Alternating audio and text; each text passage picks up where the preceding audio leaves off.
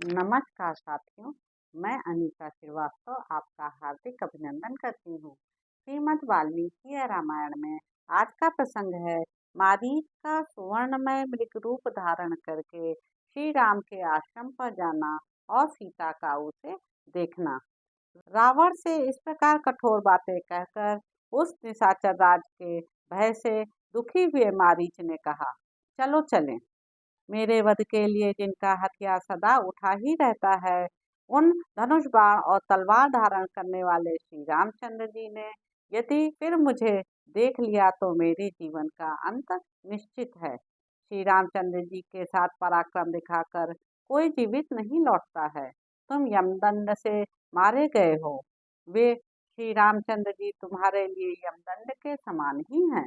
परंतु जब तुम इस प्रकार दुष्टता पर उतारू हो गए, तब मैं क्या कर सकता हूँ। लो, यह मैं चलता हूँ। तात निशाचर, तुम्हारा कल्याण हो।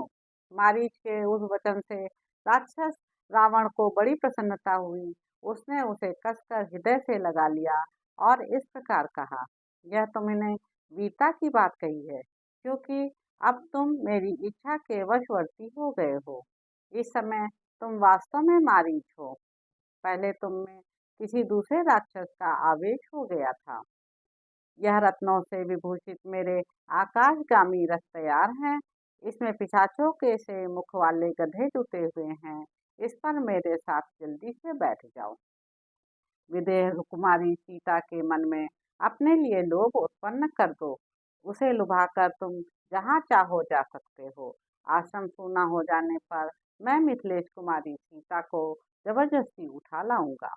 तब ताटका कुमार मारीच ने रावण से कहा, तथास्तु, ऐसा ही हो। तदंतर रावण और मारीच दोनों उस विमानाकार रथ पर बैठकर शीघ्र ही उस आश्रम मंडल से चल दिए।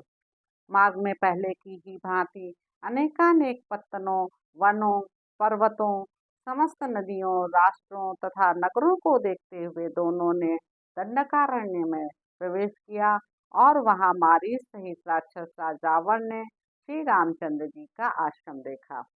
तब उस सुवर्ण भूषित रथ से उतरकर रावण ने मारीच का हाथ अपने हाथ में ले उससे कहा, सखे, यह केलों से घिरा हुआ राम का आश्रम दिखाई दे रहा है। अब शीघ्र ही वह कार्य करो जिसके लिए हम लोग यहाँ आए हैं। रावण की बात सुनकर राक्षस मारीच उस समय मृग का रूप धारण करके श्री राम के आश्रम के द्वार पर विचरने लगा। उस समय उसने देखने में बड़ा ही अद्भुत रूप धारण कर रखा था। उसके सींगों के ऊपरी भाग इंद्रनील नामक श्रेष्ठ मणि के बने हुए जान पड़ते थे। मुखमंडल पर सफेद और काले रंग की बूंदें थीं। मुख का रंग लाल कमल के समान था। उसके कान नील कमल के तुल्य थे और गर्दन कुछ ऊंची थी। उदर का भाग इंद्रनील मणि की कांति धारण कर रहा था। पार्श्व भाग महुए के फूल के समान श्वेत वर्ण के थे। शरीर का सुनहरा रंग कमल के केसर की भांति सुशोभित होता था। उसके खुर वैदूर्य मणि के समान, पिंडलियां पतली और पूंछ ऊपर से इंद्रधनुष के रंग की थी, जिससे उसका संगठित शरीर विशेष शोभा पा रहा था। उसकी देह की कांति बड़ी ही मनोहर और चिकनी थी। वह नाना प्रकार की रत्नमयी बुंदकियों से विभूषित दिखाई देता था।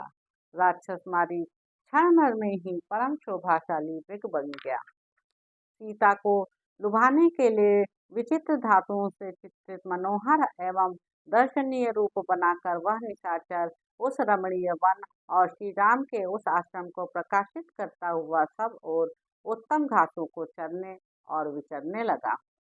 सैकड़ों रजतमय बिंदुओं से युक्त विचित्र रूप धारण करके वह मृग बड़ा प्यारा दिखाई देता था।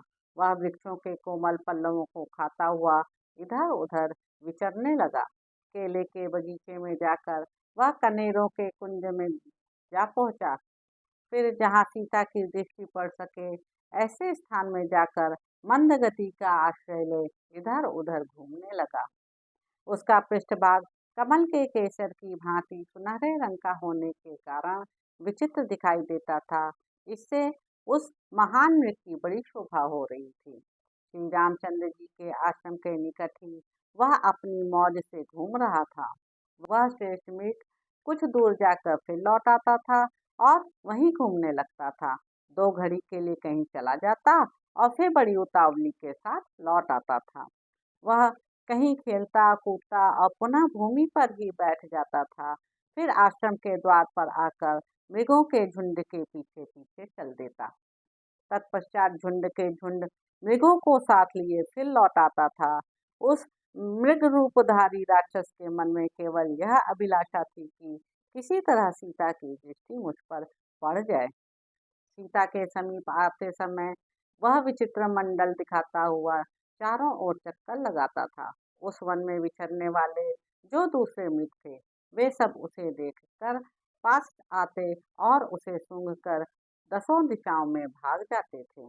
राक्षस मारीच यद्यपि मृगों के वध में ही तत्पर रहता था, तथापि उस समय अपने भाव को छिपाने के लिए उन वन्य मृगों का स्पर्श कर भी उन्हें नहीं खाता था। उसी समय मद भरे सुंदर नेत्रों वाली विदेह नंदनी सीता, जो फूल चुनने में लगी हुई थी, कनेर, अशोक और आम के वृक्षों को लांघती हुई उधर आ निकली। फूलों को चुनती हुई वे वहीं विचरने लगी। उनका मुख बड़ा ही सुंदर था। वे वनवास का कष्ट भोगने के योग्य नहीं थी। परम सुंदरी सीता ने उस रत्नमय मृग को देखा, जिसका अंग प्रत्यंग मुक्तामणियों से चित्रित सा जान पड़ता था। उसके दांत और ओंठ बड़े सुंदर थे तथा शरीर के रोएं चांदी एवं तांबे आदि धातुओं के बने हुए जान पड़ते थे। उसके ऊपर दृष्टि पड़ते ही सीता जी की आंखें आश्चर्य से खिल उठी और वे बड़े स्नेह से उसकी ओर निहारने लगी। वह मायामय मृग भी श्री राम की प्राण बल्लभा सीता को देखता और उस वन को प्रकाशित सा करता हुआ वहीं विचरने लगा। सीता ने वैसा मृग पहले कभी नहीं देखा था। वह नाना प्रकार के रत्नों का ही बना जान पड़ता था। उसे देखकर जनक किशोरी सीता को बड़ा विस्मय हुआ। तो इस प्रकार साथियों, अरण्य कांड में निहित 42वां सर्ग यहाँ पर समाप्त होता है। यदि भाषा या उच्चारण संबंधी कुछ भी त्रुटि हो गई हो तो क्षमा प्रार्थी हूँ। मेरे YouTube चैनल संवाद विद अनीता को लाइक करें, शेयर करें, सब्सक्राइब करें। धन्यवाद साथियों।